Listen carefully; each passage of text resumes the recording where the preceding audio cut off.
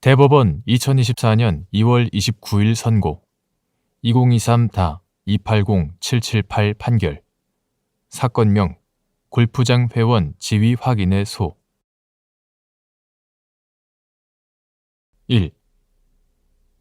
체육시설업자가 체육필수시설을 담보 신탁하였다가 채무를 갚지 못하여 체육필수시설이 공매 또는 수의계약으로 처분되는 경우 체육시설의 설치, 이용에 관한 법률 제27조 제2항 제4호 제1항에 따라 체육필수시설 인수인이 체육시설업과 관련하여 형성된 공법상 권리, 의무뿐만 아니라 체육시설업자와 회원 간의 사법상 약정에 따른 권리, 의무도 승계하는지 여부 적극 및 위와 같이 체육시설의 설치, 이용에 관한 법률 제27조가 체육필수시설 인수인의 권리, 의무 승계를 인정하는 취지.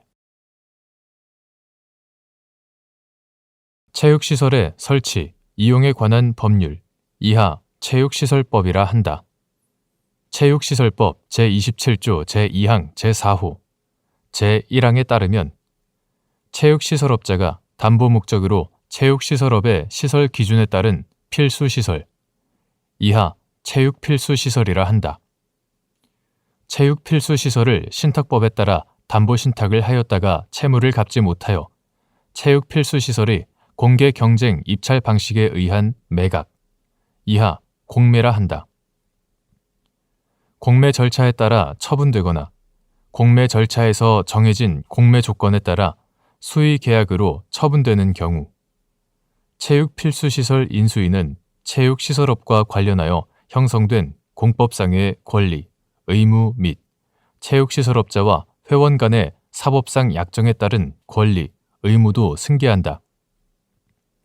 이와 같이 체육시설법 제27조가 체육필수시설 인수인의 권리, 의무 승계를 인정하는 취지는 사업의 인허가와 관련하여 형성된 기존 체육시설 업자에 대한 공법상 관리체계를 그대로 유지하는 한편 기존 체육시설업자와 이용관계를 맺은 다수 회원들의 사법상 이익을 보호하는 데 있다.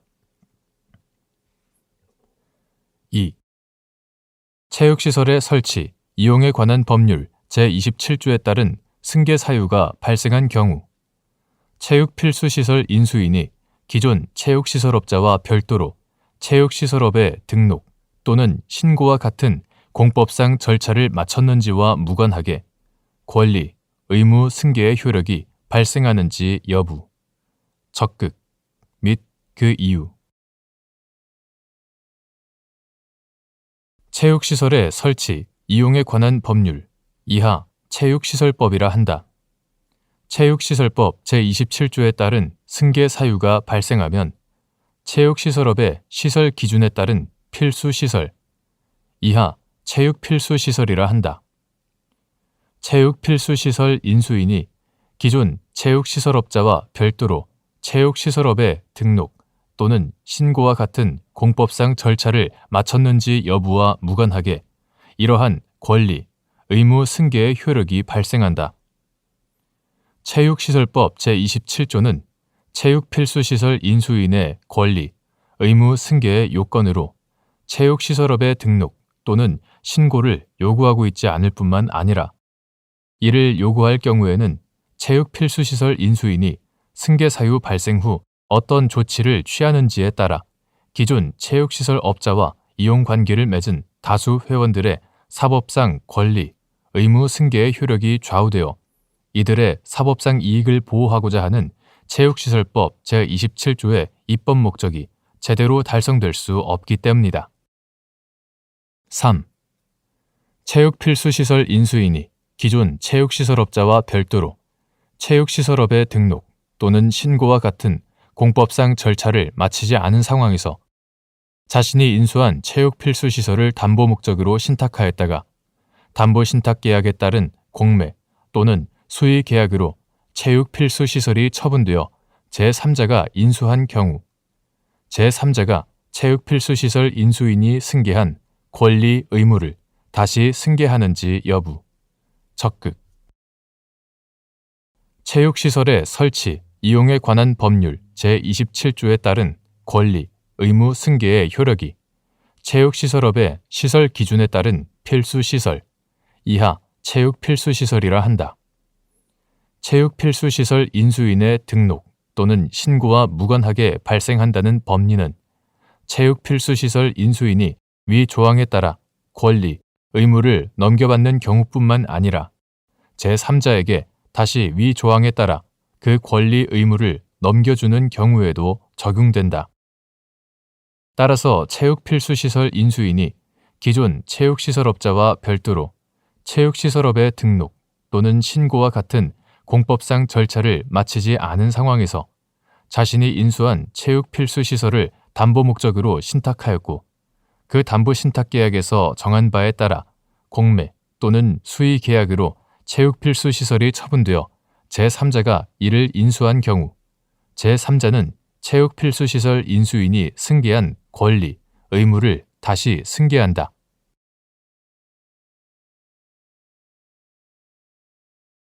대법원 2024년 2월 29일 선고 2023-289720 판결 사건명 매매대금 반환 1. 쌍방의 채무가 동시 이행 관계에 있는 경우 일방 채무의 이행기가 도래하더라도 상대방 채무의 이행 제공이 있을 때까지는 지체 책임을 지지 않는지 여부. 적극. 및 이러한 지체 책임의 면책은 이를 주장하는 자가 동시 이행의 항변권을 행사하여야 발생하는지 여부. 소극.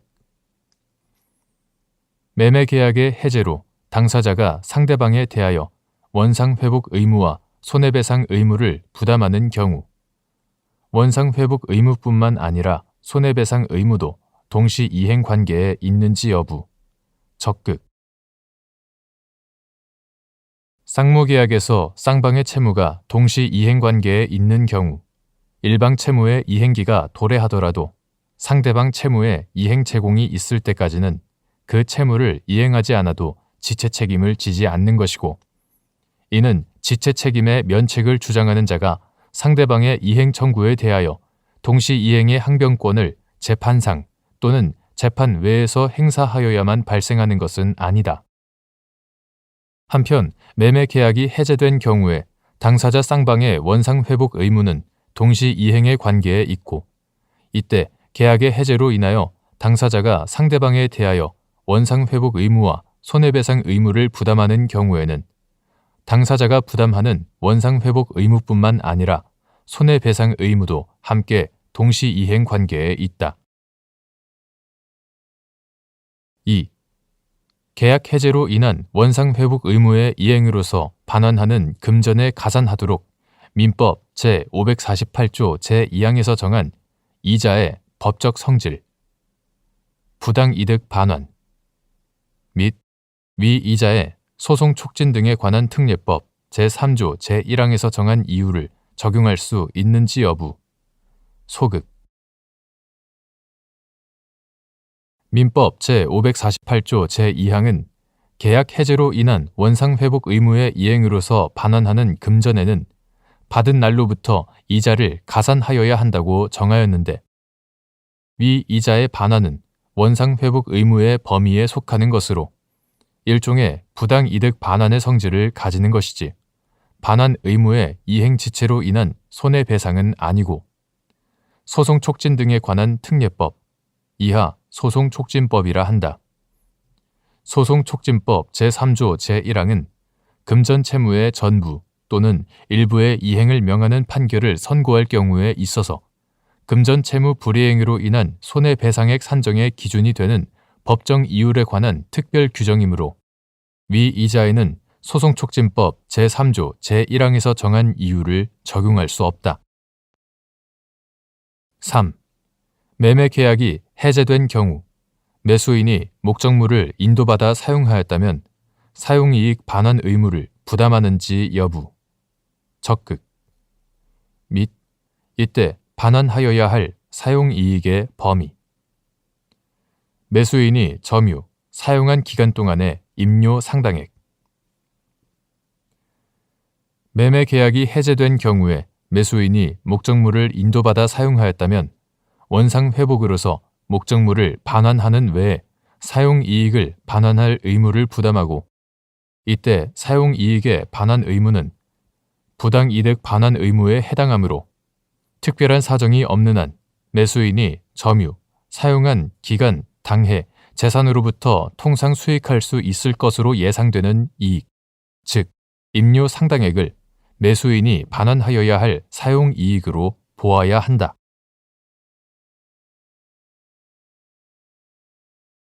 대법원 2024년 2월 29일 선고 2023-294470 등 판결.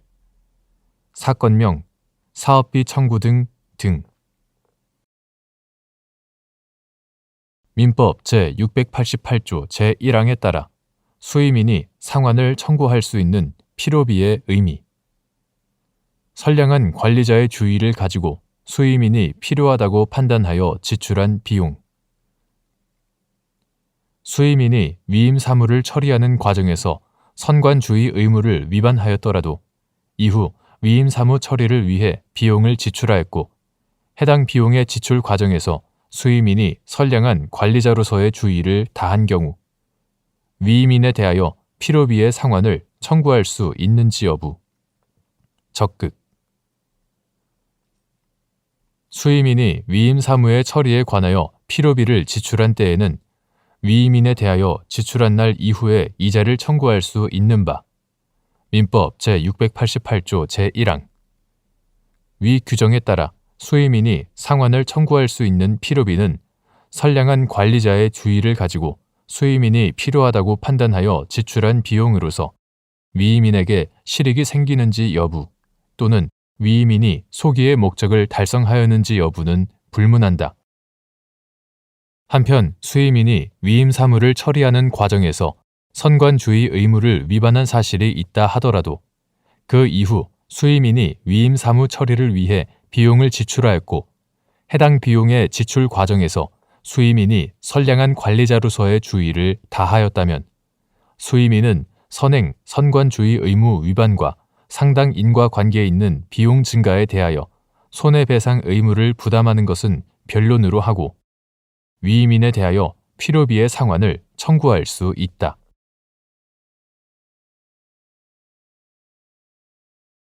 대법원 2024년 2월 29일 선고 2023-294791 판결.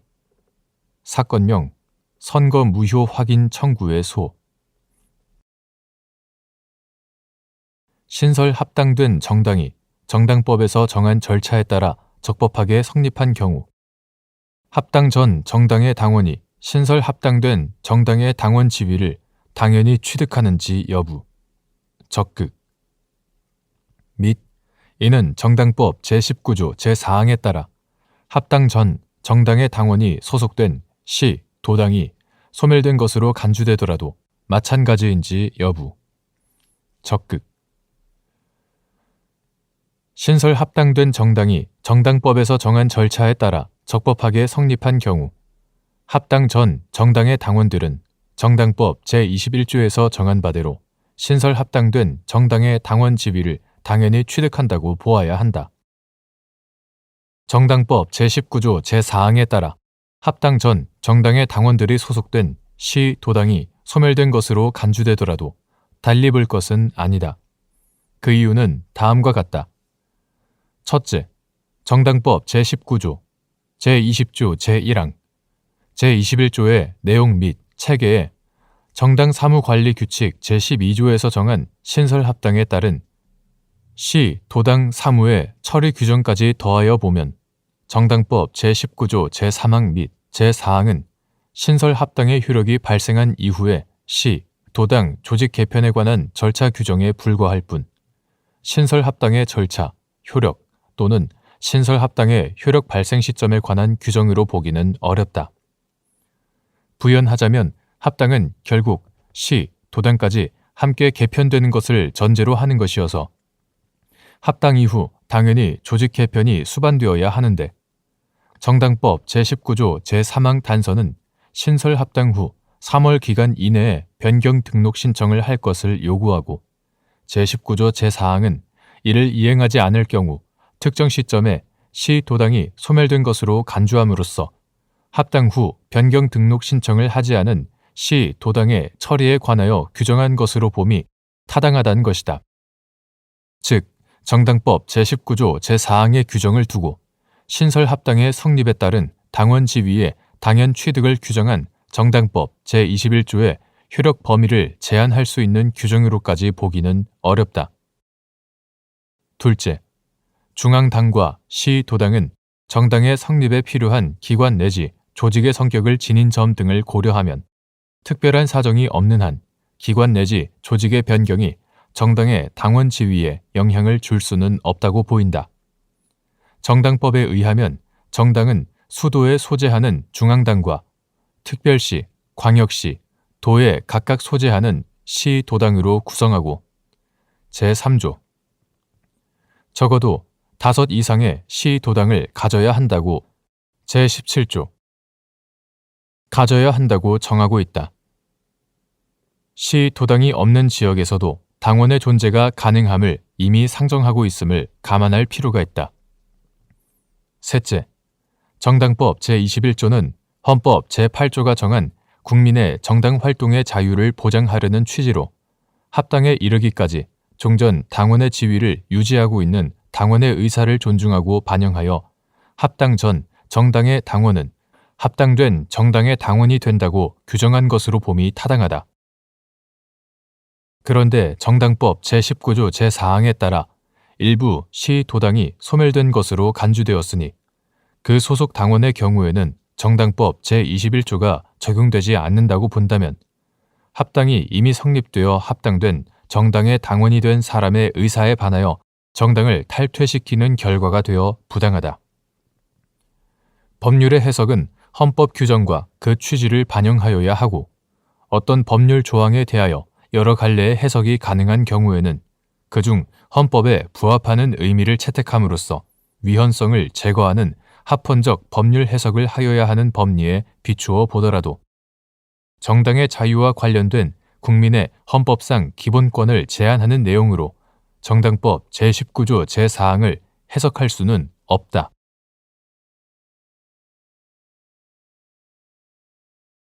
대법원 2024년 2월 29일 선고 2023다 295213 판결 사건명 수분양자 지위 확인 갑 등이 을 유한 회사와 아파트 분양 계약 등을 체결한 후 계약금 및 중도금을 납부하였고 주택도시보증공사는 위 아파트 시행사업과 관련하여 을 회사와 을 회사가 부도, 파산 등의 보증사고로 분양계약을 이행할 수 없을 경우 주택도시보증공사가 당해 주택의 분양의 이행 또는 납부한 계약금 및 중도금의 환급을 책임지는 내용의 주택분양보증계약을 체결하였는데 위 아파트 공사가 지연되다가 보증사고가 발생한 사안에서 주택도시보증공사가 갑 등에게 분양보증계약에 따른 환급 이행으로 갑 등이 납부한 중도금 및 지연손해금을 지급할 의무가 있다고 한 원심 판단에 법리 오해 등의 잘못이 있다고 한 사례.